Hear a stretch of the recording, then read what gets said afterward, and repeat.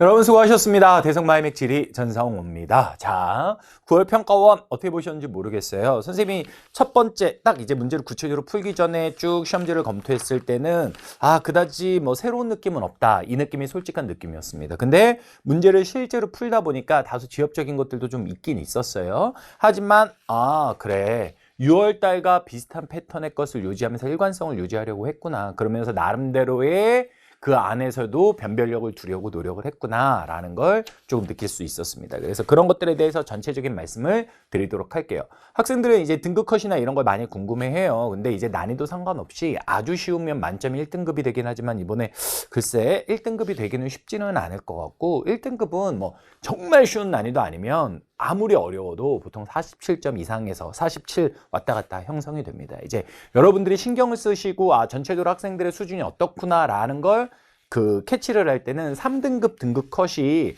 40점 위에 있냐 아래에 있냐 이런 걸 보면 좋을 것 같아요. 뭐 선생님이 지금 예측하는 거는 큰 의미는 없고요. 여러분들이 실제로 이제 하루 이틀만 지나면 많은 사이트들에서 등급 컷이 나오니까 그걸 확인하신 이후에 자기의 상황과 비추어 봤을 때 다른 친구들보다 내가 얼마나 앞서고 있는지 아니면 좀 처지고 있는지 그런 것들을 가늠해 보시면 좋을 것 같습니다. 그냥 단순히 뭐 나 등급 몇 등급이야 이렇게만이 아니라 3등급 컷이 40점 위에 있냐 아래 있냐 이걸 통해서 학생들의 전반적인 실력도 가늠해 볼 수 있을 것 같다 말씀을 드릴 수 있겠습니다. 자, 그럼 들어가서 전반적으로 설명을 드릴게요. 첫 번째 6월달과 마찬가지로 세계지도 전체, 세계가 전체 다 그려진 지도가 없는 상태의 위경도 문제가 있긴 있었어요. 근데 이제 6월 달에는 그 문제들이 변별력이 나름 있었는데 이번에는 3번 문제 하나 나왔는데 뭐 3번도 작은 에피소드가 있긴 한데 아무튼 3번 문제 하나가 있긴 있었는데 전체적으로 6월에 비해서 위경도 문제에 대한 비중이 좀 줄어들었습니다. 근데 이거는 없어진 건 아니고 이 유형이 남아있기 때문에 얘네들을 가지고 변별력 있는 문제들을 또 만들 수 있거든요. 그래서 뭐 9월 달에 이게 크게 임팩트가 없었으니까 위경도 학습 좀 대충 해도 되겠구나 이렇게 생각하시면 안 될 것 같아요. 어찌됐건 6월보다는 좀 쉬웠고 그 다음 전체적으로 그래프 문항이 6월과 마찬가지로 4개에서 5개 정도로 매우 제한적으로 나왔습니다. 그리고 이제 고난도 문제 특히 N수생들은 알겠지만 변형 모의고사를 많이 풀면 선생님 뭐 높이 발음 모의고사도 그렇지만 한 문제 안에서 자료가 2개가 들어가면서 예를 들면 왼쪽에선 가나다라 오른쪽에선 ABCD 자료가 하나여도 거기에 가나다라 ABCD 여러 기호를 섞은 문항들이 많이 들어가요. 변별력이 있는 요소로. 그런데 이번에 그런 문항이 없었어요. 그러면 지금까지 전통적으로 세계지에서 변별력을 잡는 방법들이 있었는데 그런 것들을 안 냈다. 그럼 어떻게 잡았을까? 심지어 기후 같은 경우도 6월과 마찬가지로 개수도 적었지만 편차 자료도 없었거든요. 이 기출문제 풀면 기출들에 비해서 이게 좀 쉽단 말이에요. 느껴지게. 이상하다. 난도를 높이던 것들을 자료 문제 아니면 기후 문제 이런 것들에서 시도를 안 하면서 변별력을 잡으려고 하고 있거든요. 그럼 그 변별력을 잡는 요소는 뭐냐면 형식적으로는 6월 달에는 없었는데 제가 이제 학생들한테 예측을 했는데 그게 맞았어요. 저는 설마 그랬는데 6월 달에는 세지에 없었는데 2번 문제처럼 선지가 기억, 니은, 디귿자리 3개짜리 이런 문제가 세계질에서 제 기억에 2문제가 나왔어요. 2번에 있었고 9번에 있었고 이렇게 2문제가 나왔습니다. 이런 문제들을 통해서 출제자는 수고를 좀 덜면서도 정확한 지식이 없는 학생들은 이렇게 걸러지는 그런 형태의 문항들이 들어감으로써 형식보다는 내용적인 걸로 문제의 변별력을 높이는 난도를 높이는 그런 방법들을 택했어요.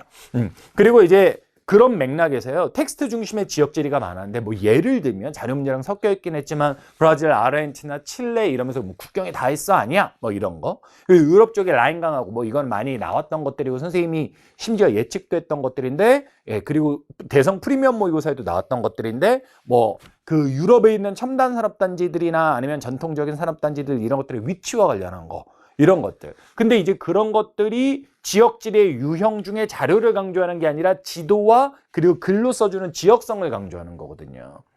그런 것들이 나왔다라는 거죠. 이게 6월하고 너무나 닮아 있어요. 6월과 9월이 너무나 닮아 있습니다. 그래서 전반적으로 그냥 제가 보기에는 문제의 난이도가 어땠다, 완성도가 어땠다 이런 것들은 여러 가지 이번에 변수가 있었기 때문에 그거는 언급하는 게 큰 의미는 없을 것 같아요. 우리는 문제를 평가하러 들어가는 사람이 아니라 평가원에서 낸 문제를 풀러 들어가는 사람이거든요.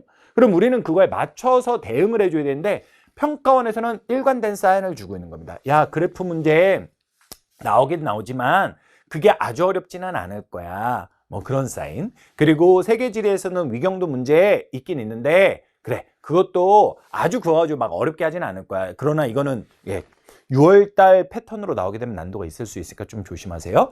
그러면 어떤 것들을 가지고 너희들이 남은 기간 동안 공부해야 되냐라고 평가하면서 계속 시그널을 준 거냐면 텍스트 중심의 지역성 열심히 공부해 그걸 준 거예요. 선생님도 다행히 높이바람을 통해서 좀 더 어려운 자료 문제. 선생님이 높이바람 모의고사에서도 계속 말했지만 이게 실전 모의고사 아니다. 약점을 좀 더 보완하자는 의미다.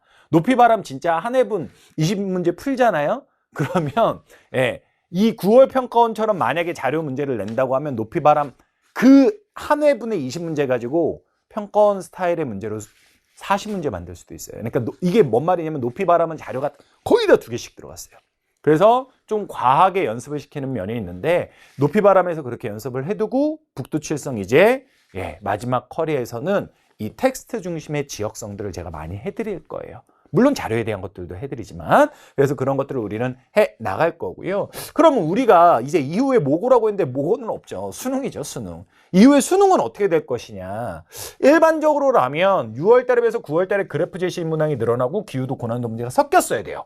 근데 지금 그러지 않았단 말이에요. 여러 가지 여건들이 있었기 때문에. 오케이? 그럼 과연 어떻게 될 것이냐. 이것에 대해서는 섣불리 예측할 필요가 없다. 어차피 지금 해오던 대로 선생님 파이널에서 높이바람 모의고사에서 그리고 슈퍼문에서 했던 것처럼 자료 연습 빠방이 해주면 넘치면 넘쳤지 부족함은 없고 그리고 북두칠성에서 지역성을 글로 정리하는 것들 그리고 그 이후에 자료 간략하게 정리하는 것들 해주면 충분히 수능에서는 실수만 없으면 대처가 될 것 같다라는 겁니다. 그래서 9월달 문제는요, 변별력은 충분히 잡았을 것 같아요. 잡았을 것 같고 지금까지 잡았던 방식이 아니라서 좀 생소하기는 하지만 그래도 6월, 9월 일관되게 이 사인을 줬기 때문에 우리는 그것에 맞춰서 해 나가야 할 것 같습니다. 다행히도 선생님이 예측했던 데서 크게 벗어나진 않아서 선생님 높이바람과 북두칠성 파이널로 충분히 대처가 될 것 같고요. 제일 중요한 건 제가 등급컷도 안 하고 뭐 경향도 이렇게만 설명을 했잖아요. 평가를 하지 말자 이랬잖아요. 제일 중요한 건 뭔지 아세요? 시험이 어땠다 이런 거 평가하는 거 의미 없고요. 등급컷 몇 점이다 이거 의미 없어요. 여러분들의 실력을 아셔야 돼요.